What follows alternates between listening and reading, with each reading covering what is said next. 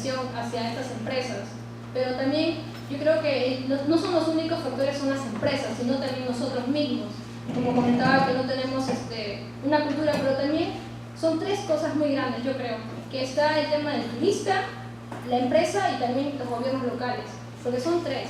El tema de el turista, cuando va a comprar un servicio, compra, no le importa si la empresa te diga no tengo un buen, puede haber un tema de, por ejemplo, en Ica, cuando dicen que hay marea alta y no pueden hacer el tema de para visitar toda la reserva de Paracas, pero las personas, como están ahí, ya viajaron, no les importa si en caso puedan tener un accidente, ellos solo lo compran. Entonces ahí hay un problema, que también la empresa lo vende y no le interesa si la persona pueda pasarle algo, y el turista lo compra porque tampoco no le importa si le pueda pasar algo. Entonces ahí vemos que son dos factores muy grandes. Y ahora, yo creo que también otro tema es el gobierno local, porque ellos saben las personas que operan, ellos conocen a todas las personas que están trabajando ahí y también conocen a las empresas informales.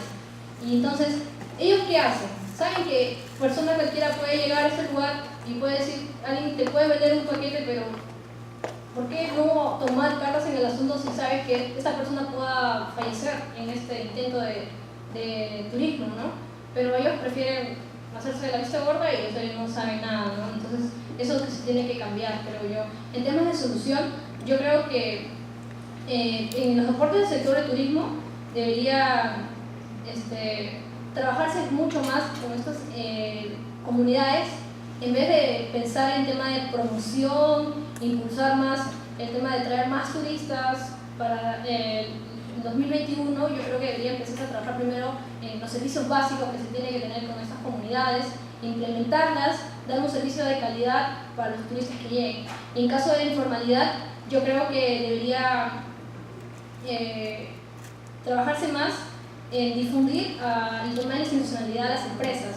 ¿Por qué? Porque tú cuando vas a comprar un paquete, a veces tú no te das cuenta si esta empresa es formal o informal, y también es la cultura de nosotros que tenemos, porque existe un directorio donde tú puedes investigar si esta empresa es formal, pero a veces también porque uno tiene flojera no lo hace, o no le interesa si esta empresa es formal, entonces uno opta siempre por lo más barato, siempre es así. Entonces yo creo que debería también haber un tema de diferenciación con las empresas que sí son formales, y también darles un reconocimiento, impulsarlos, porque tuve una oportunidad de trabajar en un emprendimiento de una agencia de viajes y las personas no se dan cuenta si esta empresa es formal o informal, no buscan, no indagan si esta empresa es así, ¿no? Pero las empresas formales también se deben de cuestionar, ¿no?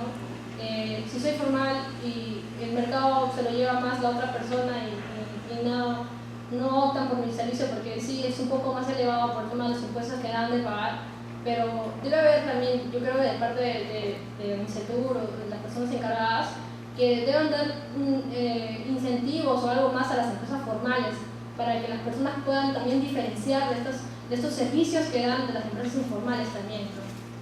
Y bueno, eso creo que es todo lo que...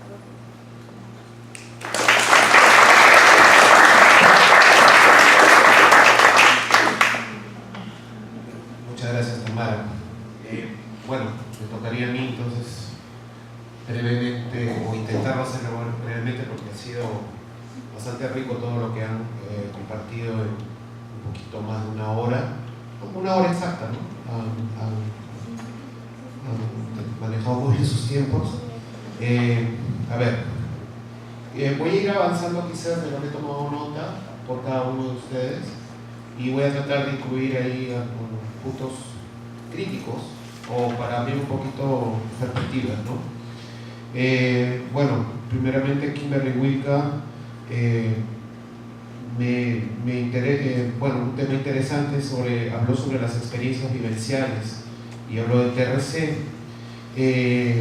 Acordémonos que las experiencias vivenciales, el turismo vivencial, nace en el Perú como concepto, digamos, que se comienza a utilizar y a manejar a mediados de los años 90, en época de Fujimori. Épocas donde cambia, por ejemplo, historia del turismo, la mayor fuerza la tenía ProPerú en esa época, y antes de llamarse ProPerú se llamaba FOCTUR, ¿no? ProPerú no se ocupaba como hoy de lo que también se ocupa, que son las exportaciones. Había otra institución que se llamaba Propex. Solamente se ocupaba de la promoción de Perú. Pero el Viceministerio de Turismo estaba chiquitito. Era como algo que solamente se ocupaba de los casinos y algunas cosas por el estilo. El Viceministerio iba tomando fuerza. En esos tiempos, el Viceministerio tenía muy pocas personas, tenía muy poco presupuesto y no le daban bola.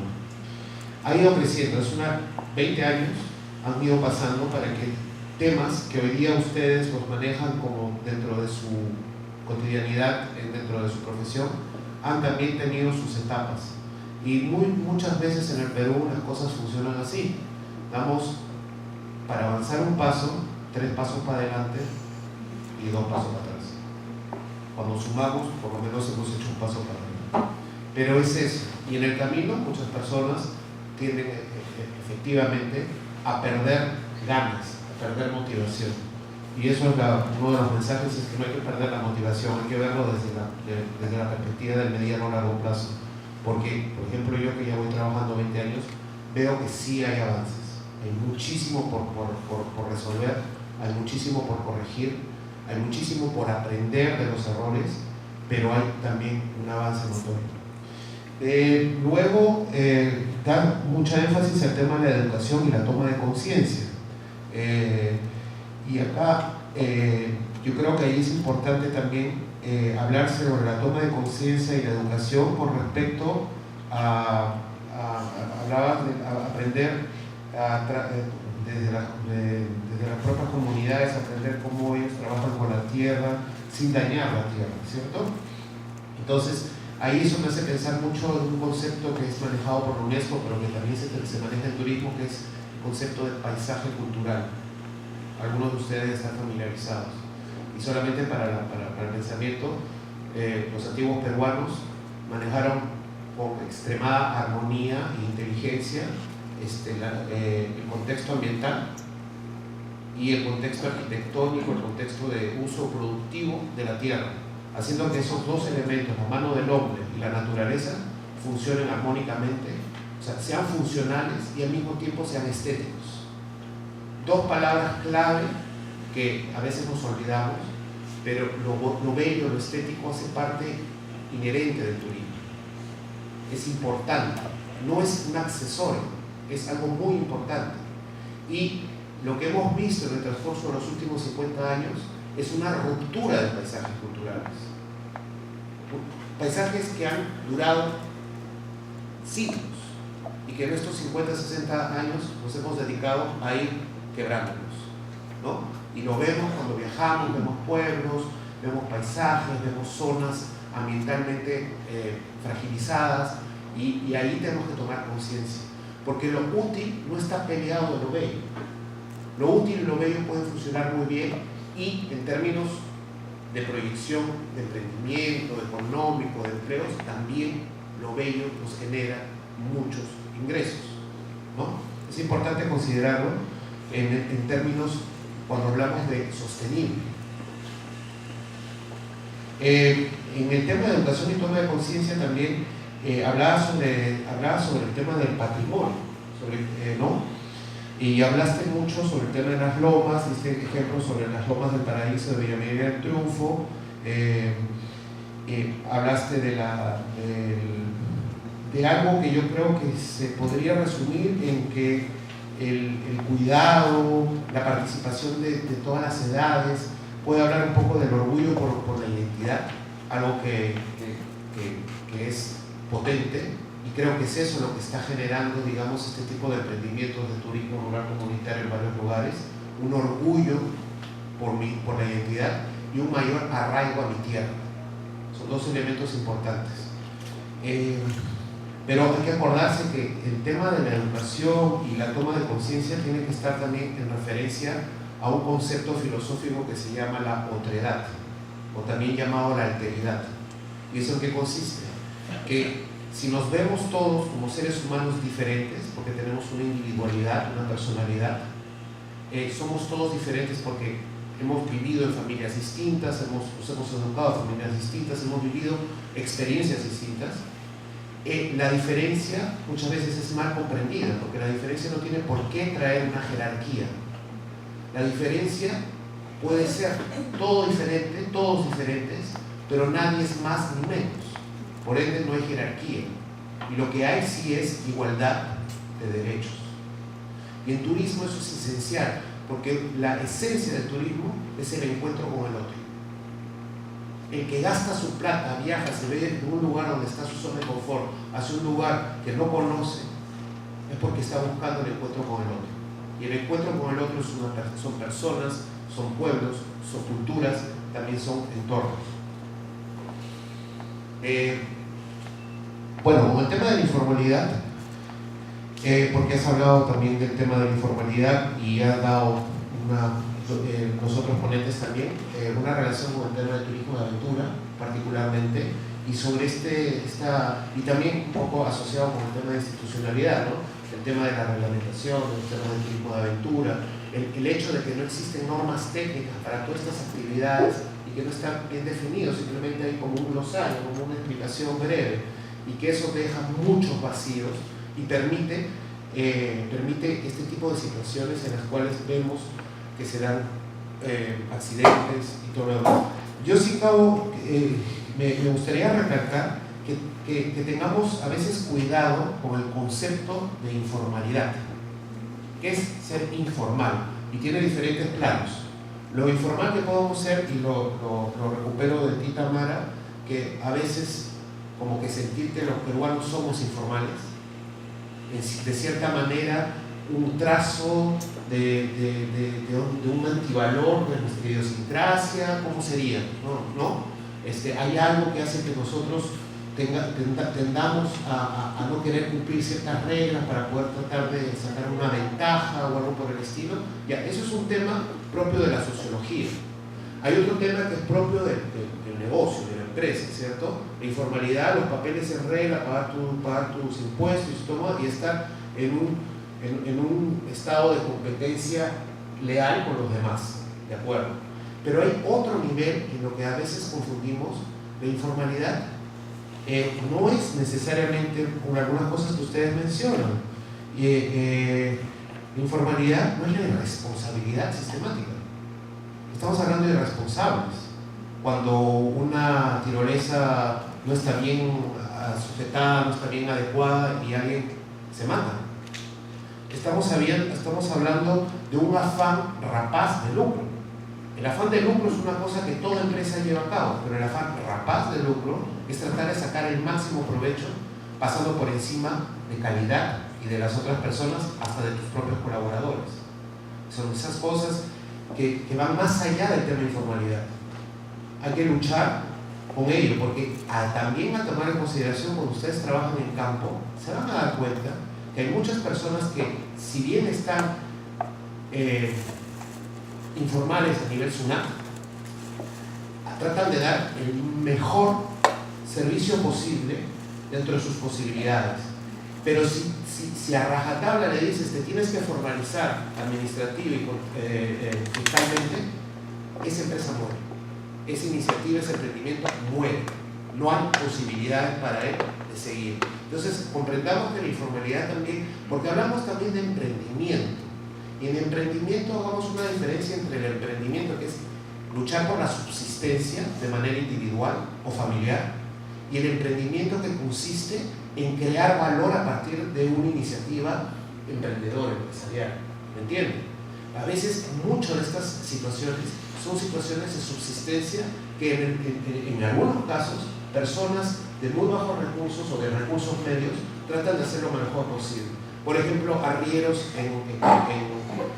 podemos hablar de arrieros en Choquequirao, en Huela, podemos hablar de varias actividades. Pero acá enfoquémonos a ver este tema de empresas que sí pueden formalizarse, pero que han preferido estar de piratas, porque así pueden sacarle el máximo a ese que les dije afán rapaz de lucro. Y en este tema de la informalidad también a considerar, si no hay información que se canaliza al cliente, es difícil que el cliente también pueda hacer la diferencia entre lo que es formal, con una calidad asegurada, y de lo que no es. Vas a la plaza, te caen 50 jaladores, te proponen por precio algo interesante, entre comillas, porque suena muy bonito, pero tú que eres una persona que acaba de llegar y que, en fin, te has informado de cosas, pero no específicamente eso, no has tenido un canal de información que te explique bien cómo funciona el sistema, aceptas.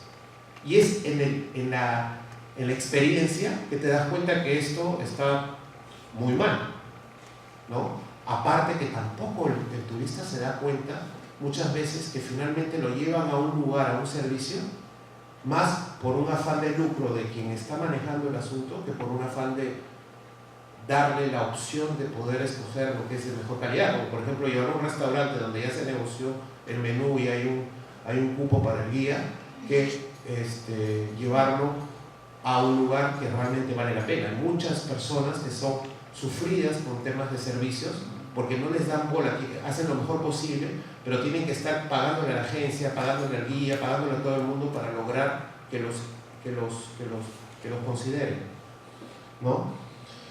Bueno, yo también estoy hablando demasiado.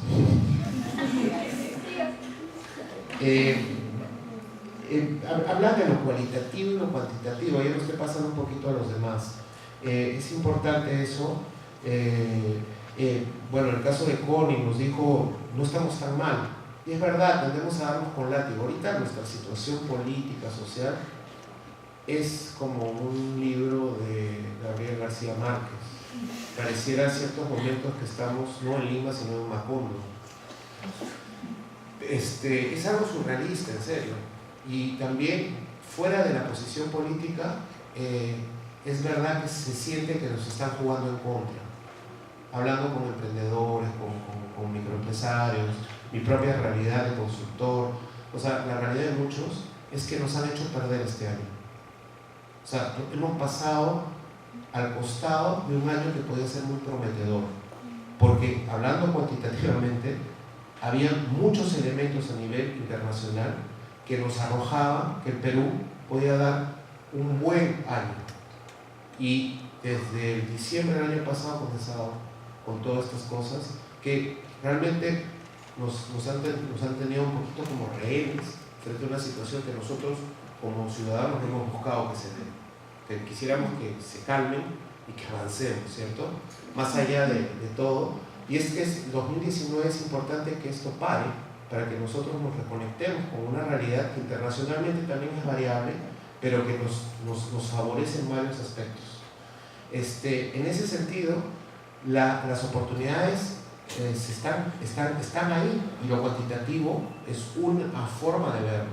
Y lo cualitativo es también a considerar los antecedentes que se han ido haciendo y aprender como especialistas, como profesionales, a saber reconocernos los errores, porque los errores son los que nos permiten hacer mejor las cosas. Pero también ahí hay un poco de idiosincrasia. A veces tenemos miedo de decir que nos equivocamos. Y al hacer eso, pensamos que ahí vamos a quedar mal con todo. No, mentira. Yo 20 años trabajando, me he equivocado muchísimas veces y me siento muy orgulloso de decirle a alguien, me equivoqué aquí, me equivoqué acá, me equivoqué allá. Es importante poder asumirlo, porque eso nos hace ganar confianza, además, no es al revés. Y aparte, preguntar, ¿tú cómo lo harías? ¿Tú qué propones? O critícame y después propone algo para hacer mejor. Como una típica encuesta, que eso también lo hacemos, y retomo también de lo dicho, que nos falta medir más. Creo que tú lo mencionaste. Medimos poco lo que sucede, cuantitativa y cualitativamente. Pero la satisfacción se mide en qué te gustó, qué no te gustó y qué me propones para mejorar. Esa tercera es muy importante. El turismo, finalmente, ya para acabar acá ahorita, como también lo mencionaron varios, de diferente manera, el turismo es complejo. El turismo es transversal. Al ser transversal es complejo. Lo mencionabas, creo que tú, apela a muchas formaciones, a muchas profesionalidades, a muchas capacidades. Entonces, es como el decir ya, concluir que es un trabajo en equipo, evidentemente. El tema de la basura es un ingeniero sanitario que va a saber darnos una buena idea de cómo manejar una situación grave. El tema sociológico, antropológico, arqueológico, el tema ambiental. O sea, nadie es capaz de hacer toda esta complejidad que es el turismo. Es una de las actividades más complejas que existen, porque tocan a un sinfín de actores, toca a la política, al medio ambiente, a la legislación, a la economía, a las relaciones públicas, al marketing. O sea, ¿se dan cuenta? Es algo enorme.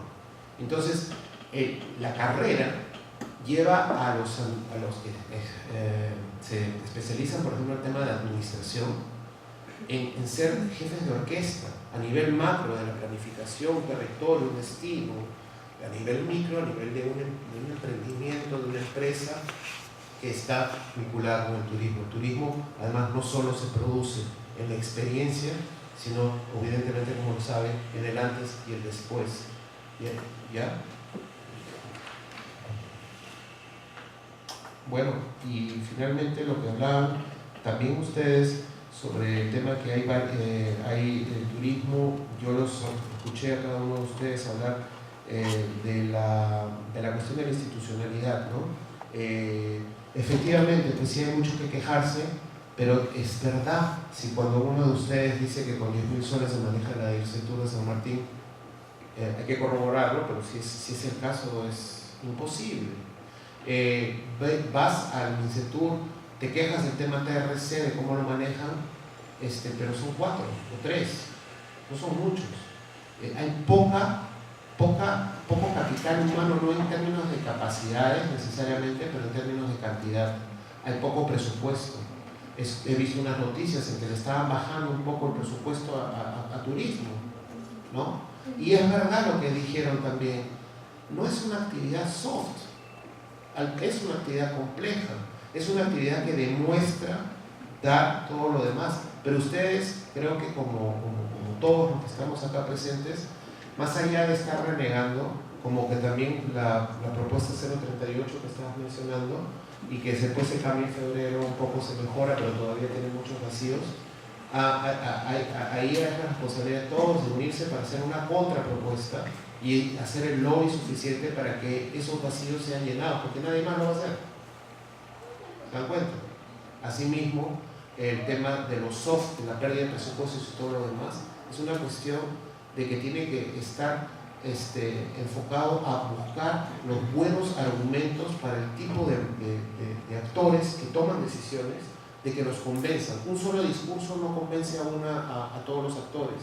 Se tiene que trabajar mucho en la comunicación, así como la comunicación para poder decirle al visitante qué tipo de realidad, de calidad va a vivir dependiendo del tipo de empresa que tome cuando llega a un destino. Es igual el tipo de lenguaje que uno utiliza para comunicar al viceministro o a un colectivo donde está la municipalidad ahí involucrada, en qué tan importante es el turismo. Y eso es ya más en términos de comunicación, un lenguaje en términos de beneficios. Olvídense a veces del tema de corazón, yo no lo pierdo, está acá, pero si ustedes tratan de convencer a alguien con algún corazón que tiene, quizás de 10 ahí presentes, quizás 2 o 3 sienten el mismo corazón como ustedes y se movilizan por eso, pero a lo mejor 7 están pensando en cosas mucho más egoístas, y hay que ponerse en el lugar del que va a tomar la decisión para hablarle en términos de beneficios que lo movilizan a él. Y ahí sí tenemos un gran problema, porque hasta en los proyectos de desarrollo, en el lenguaje de ONG que existe, muchas veces no conecta porque no le habla en el lenguaje que el otro sí entiende, y a partir de ahí sí toma decisiones. No confundamos los actores, son todos actores con ciertas complejidades y ciertas formas de decidir y aceptar hacer cosas distintas. Si les hagamos a todos por igual, no los vamos a poder movilizar. Gracias.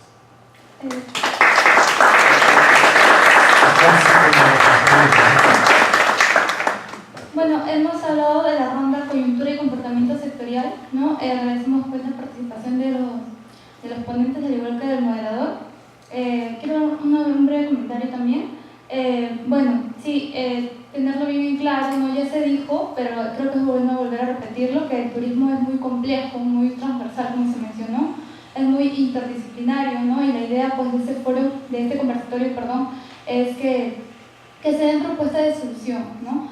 Hacer notar la problemática sí, pero también dar propuestas de solución y es lo que se viene haciendo, ¿no? Queremos, por favor, 3 preguntas concretas y al panel, ¿no? Ustedes son libres de hacer las preguntas a cualquiera de los que están participando en la mesa, al igual que el moderador, ¿no? Levanten la mano, por favor, los que desean hacer la pregunta. ¿Sí? Sí, perdón. Buenas noches. Bueno, ante todo, muy buenas noches. Mi nombre es Miguel Urbano, soy alumno de la Universidad César Vallejo, de la carrera Administración de Turismo y Hotelería. Mi pregunta más que nada va básicamente, y antes que nada, perdón, agradecer también ese tipo al San Marcos por organizar este tipo de conversatorios. Es la primera vez en la cual yo participo de un conversatorio como este. Y mi pregunta más que nada va, si bien es cierto, como mencionaban varios ponentes, que el turismo es uno de los sectores que durante muchos años ha mantenido sus cifras en azul, ¿no? Y es uno de los que más aporta supuestamente al desarrollo nacional, ¿qué medidas o qué acciones se están tomando con respecto a este problema que ha habido ahora del recorte de presupuesto, ¿no? Porque si bien es cierto, han reducido el presupuesto, ¿no? Que representa casi un 16%, que vienen a ser como 34 millones que se están perdiendo para poder hacer que el turismo crezca, ¿no? Si el turismo ayuda, si bien es cierto, a que pueda el país desarrollarse, quitándonos este tipo de cosas, o sea, ¿cómo uno puede quizás tomar acciones para que estas cosas no sucedan, ¿no? Y volviendo al tema de lo de la informalidad, y como dijo el ponente Eric, acerca de que mucho se ve el tema del lucro. Yo creo que, bueno, eso sí es cierto, ¿no? O sea, tampoco no está bien el hecho de llorar, digamos, como dicen, sobre la leche derramada con respecto a de qué soluciones podemos brindarles. Pero yo considero que se podrían hacer, tomar acciones nosotros como jóvenes estudiantes de turismo, de crear reuniones donde podamos recoger información, ¿no? Y hacer que las personas se concienticen de que muchas veces no es solamente ver el lucro propio, sino también ver que el turista se lleve una buena impresión de nuestro país, ¿no? Que va a ser lo más importante para nosotros. El tema de la identidad, o sea, que las personas, yo mucho, por ejemplo, he tenido la oportunidad de viajar varias veces. Hace poco estuve en México y, por ejemplo, a mí me parece México un país espectacular y el Perú no tiene nada que envidiarle, ¿no? Algo que sí rescato mucho de México es el tema de la identidad. Por ejemplo, ellos rescatan mucho el tema de su cultura. Hoy día, por ejemplo, están poniendo en valor el tema del Día de los Muertos, de las Catrinas, ¿no? Nosotros tenemos muchas cosas por brindar. Nuestro país es muy rico, pero lamentablemente no hay, digamos, personas que busquen poner en valor esas cosas para que a los visitantes se les haga más atractivo y puedan venir a visitar nuestro país, ¿no? De verdad, bueno, quería más que nada que me disculpen porque de verdad estoy muy nervioso y más bien gracias por darme la oportunidad de poder expresar lo que siento, ¿no? Muchísimas gracias.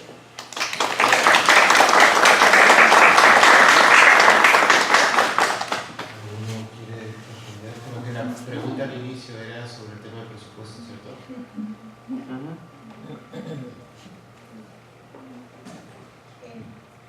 Gracias por tu pregunta.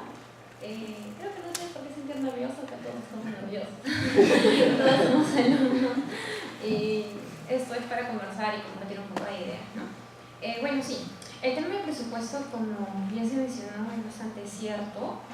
Si hacemos una visualización así súper rápida, turismo toma el 0.4% del presupuesto total, entonces pues ya de por sí ahí nos queda muy poco, ¿no? Y aproximadamente el 75% está dirigido para el ministerio. Entonces yo creo que no es un tema más de cantidades, o sea, sí es cierto, nos recortaron el presupuesto, tendríamos que hacernos la pregunta ¿por qué fue eso? Antes de que sí nos recortaron, pero ¿por qué fue eso? Pero yo creo que con pocos recursos de todas maneras se pueden hacer cosas. Porque, ejemplo, desde gestión, y lo digo también con experiencia de alumna de una universidad estatal, creo que más que el presupuesto es como tú lo articulas y cómo lo manejas. Desde gestión pública, yo creo que los gestores en DIRCETURES, en las municipalidades, pues, si bien es cierto, sí tienen poco presupuesto, no se puede hacer mucho con eso, pero el tema es cómo lo articulas. Pues tenemos poco presupuesto, sí, pero existen iniciativas por parte del Estado, por ejemplo, Turismo Emprende, el programa de fortalecimiento de capacidades por parte de Sinfotur, programas que como tú desde gestor creo que los puedes tomar. Entonces, si tienes academia cerca de una región y falta capacitación en gestión pública, en turismo, ¿por qué no articular a la academia y hacerlo parte de? Ejemplo, y lo digo también en mi ámbito de grupo estudiantil, ¿no? Pues si a una región, yo vivo en Sinfotur, no tengo presupuesto, no tengo capacidad de talento humano para poder cubrir determinadas necesidades, entonces pues me articulo con la academia. Yo los asesoro y ellos me crean valor rico, algo necesario para mi región, y pues así aprovecho los recursos que ellos me puedan dar, ¿no? Entonces yo creo que es un tema más de articulación y también hacernos la pregunta de por qué nos recortaron ese presupuesto y lamentablemente sí, ¿no? El turismo a nivel presupuestario no es una prioridad aparentemente para el país porque, como digo, recibimos un 0.4%, pero creo que hay que ver el lado positivo, pues hay formas de articular, hay programas y el Estado nos da mucho de eso, ¿no? Y también mencionaste un tema ligero de formalidad. Como bien lo dijo el ponente Eri, sí, la formalidad, pues, en cierto aspecto, se puede tomar como algo negativo, porque generalmente produce efectos negativos. Pero yo creo que si nos centramos mucho en la formalidad, pues nosotros, algo tan sencillo, ¿no? En la universidad compramos libros, copias originales. Entonces cataloguémonos todos como totalmente informales y pues somos culpables. Yo creo que hay formas de verlo y podemos aún así rescatar calidad y contribuir a la capacitación de los mismos, ¿no? Y también hay que ver el incentivo que tiene el Estado en estos actores. Si bien es cierto, los prestadores de servicios turísticos se califican con el sello del Programa Nacional de Calidad Turística. Entonces, hace poco, menos de un mes, vino una facilitadora de Colombia y nos contaba un poco acerca de cómo se llevaba eso en su país, ¿no? Entonces, hagamos la pregunta, ¿el sello de calidad en Perú es reconocido? ¿Pesa a nivel de visitantes? Los visitantes lo reconocen, y pesa también de parte de los prestadores de servicios turísticos. ¿Es importante para ellos? ¿Qué beneficios se trae ese sello de calidad? Entonces, pues, claramente yo he escuchado opiniones a veces del privado y pues me dicen, pues, pero ¿para qué voy a tener el sello de calidad? Yo doy un buen servicio, estoy posicionada en el mercado y pues eso basta. Entonces, ¿qué tipo de incentivos estamos dando para que ellos se sientan motivados, ¿no? Y también porque el turista, bueno, al menos el peruano, sí, pues no hace mucho énfasis en ello porque basándonos un poco más en la experiencia, ¿no? Y es así como se está llevando. Y bueno, para resumir lo del presupuesto, yo creo que más que el modelo es la gestión. Cómo se articula, cómo buscas oportunidades, con eso vamos a seguir creciendo. Gracias.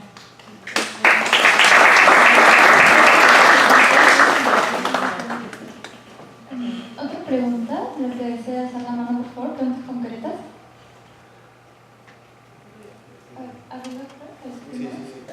Muy buenas tardes, primeramente, gracias por la conferencia. Mi nombre es Alberto y quisiera hacer una pequeña cuestión respecto a toda la conferencia. Fue muy explicativa y directo al punto. Pero quería mencionar respecto al primer En la primera parte, donde está Kimberly, que mencionó sobre lo que eran los servicios de aventura, ¿no? Creo que en parte los mismos peruanos tienen también esa salida, viajes domésticos donde prueban algún tipo de deporte, y también los factores para el turismo receptivo. Pero en lo receptivo creo que también se le podría administrar lo que es un seguro de viaje, quizás, en contra de estos tipos de accidentes que se puedan divisar. Y no sé si es que hay una forma de que se puedan distinguir o se pueda fomentar eso también hacia los turistas. Ya que los peruanos en ese momento cuentan con algunos con seguro y si sale un accidente pueden tener una manera más sencilla de poder recuperar la recuperación. Pero en caso, si fuera con un extranjero, puede que no sea lo mismo. Puede ser una referida con un seguro de viaje como los de ATM. Y el otro caso que puedo mencionar es respecto a los servicios turísticos. Si nos referimos al sector peruano, a veces las agencias de viajes se enfocan más en la parte de vender y los precios mismos también para tanto turismo nacional como internacional. Y al momento de vender, inclusive a veces tratan de venderte lo que es el mismo papel y te ofrecen una gama selección de servicios adicionales a tu paquete o a tu opción de viaje. Y al momento se crea una especie de conflicto porque no se coordina bien el horario o las colocaciones de cada tipo de actividad a realizar. Y eso no solamente sucede acá, también en países como Brasil, a veces, como por ejemplo en la represa de Itaipú, en Iguazú, hay días en los cuales no se abre y algunos agentes llegan a vender esos paquetes o esos recorridos hacia Itaipú y se tiene que reembolsar el dinero o se tiene que compensar con otra actividad adicional. Y eso quisiera, porque todo implica que debería ser implementado y no solamente aquí, sino también de forma mundial. Muchas gracias.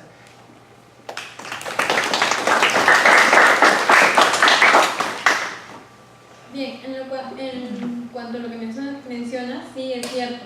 Nosotros mismos, como propios visitantes, a veces vamos a eso, ¿no? Apoyamos la informalidad. Por ejemplo, en el caso que citó Connie, el problema que surgió sobre el accidente, la muerte de un alemán en los tubulares, tras eso hubieron distintos reportajes, en fin.